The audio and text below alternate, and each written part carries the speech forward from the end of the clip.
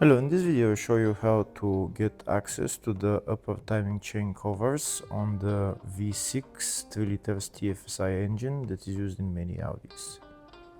If you have an oil leak, it could be coming from the upper timing chain covers. In my case, there is an oil leak from there, and the timing chain covers are sealed with sealant. We need to remove the timing chain covers and replace the sealant and then put them back on. To get access to the timing chain covers, first we need to remove the supercharger. I have a video on my channel of how to remove the supercharger. I'm not going to show it in this video, so I'll go straight to removing the timing chain covers. Here you can see I already removed the supercharger, and I'll show you where the timing chain covers are. They're just this one right there. This one right there, it's held by 7 or 8 bolts, and the other one is on the other side right there. Before removing the timing chain cover, first we need to make space to remove the bolts. We need to remove this valve, this actuator for the secondary air injection pump, and also we need to remove the catalytic converter.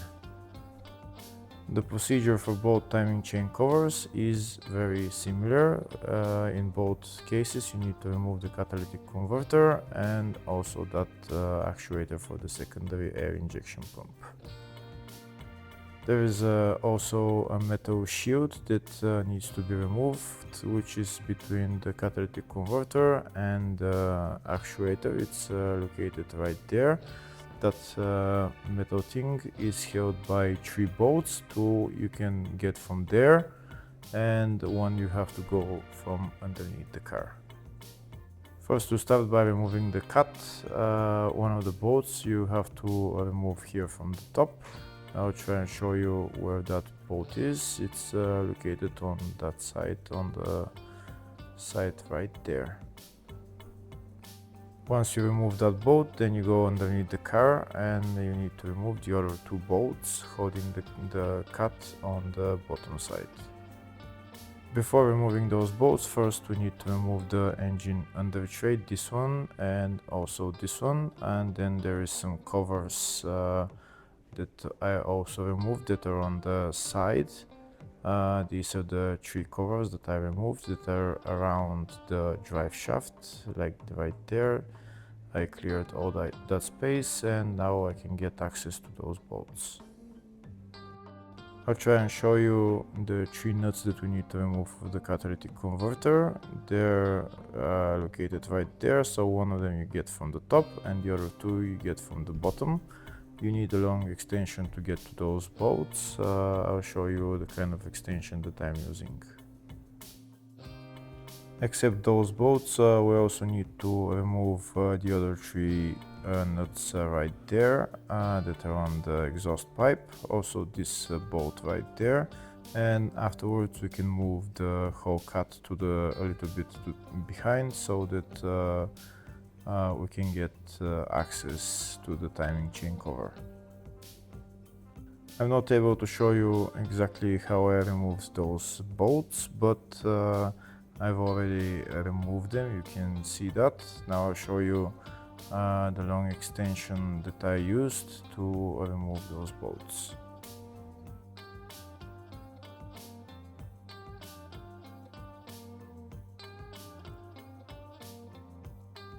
And this is the long extension that I used to remove the nuts. You can see that is a long extension.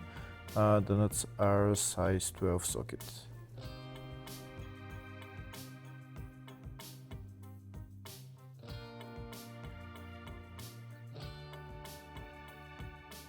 I also removed those 3 nuts right there on the exhaust pipe, and also that bolt right there, and now I'll be able to move the catalytic converter to the back a little bit.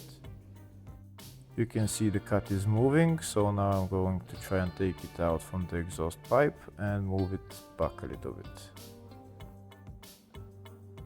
If the video is useful, please like and comment on the video and subscribe to the channel to see more videos like this. In the description of the video I have links to tools that I recommend for doing jobs like this.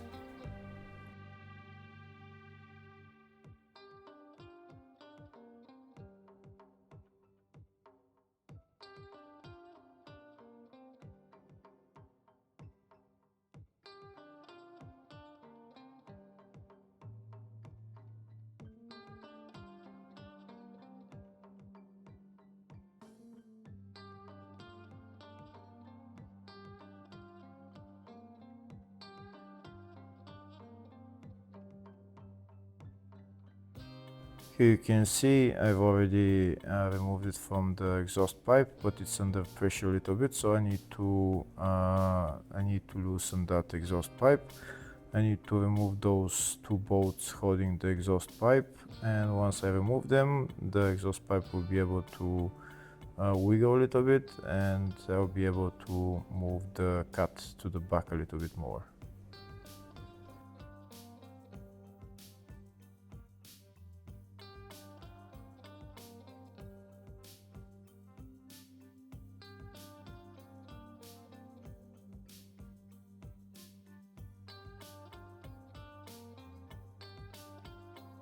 Now that the cut is moved to the back a little bit, next we need to remove that metal shield. It's held by 3 bolts. I've already removed them. There is 2 bolts here on top, and one that you need to go from the bottom, just over the CV axle. You can see where the 3 bolts are. 2 bolts are right there, and one is on the bottom. You'll be able to see the bottom bolt. That is probably the hardest bolt to get, but you get it eventually. And for that bottom bolt, again, you need a long extension to get to that bolt. Next thing that has to be removed is the actuator for the secondary air injection pump. It's held by 2 Torx bolts. I think they were T30. They're located on the bottom of the actuator. That's one bolt, and that's the other one right there. You need to remove those 2 bolts. Once you remove those bolts, then you put the actuator a little bit to the side, and we'll be able to get to the bolts for the timing belt cover or timing chain cover. We also need to remove those electrical connectors, put them to the side, and put all the cables to the side, make enough space to take out the timing chain cover. Right now it's going to be easier to take out the timing chain cover, but afterwards when you put the sealant on, you can't touch anything before putting the timing chain cover in its place. So make sure you clean around all the space so that you make it easier for yourself.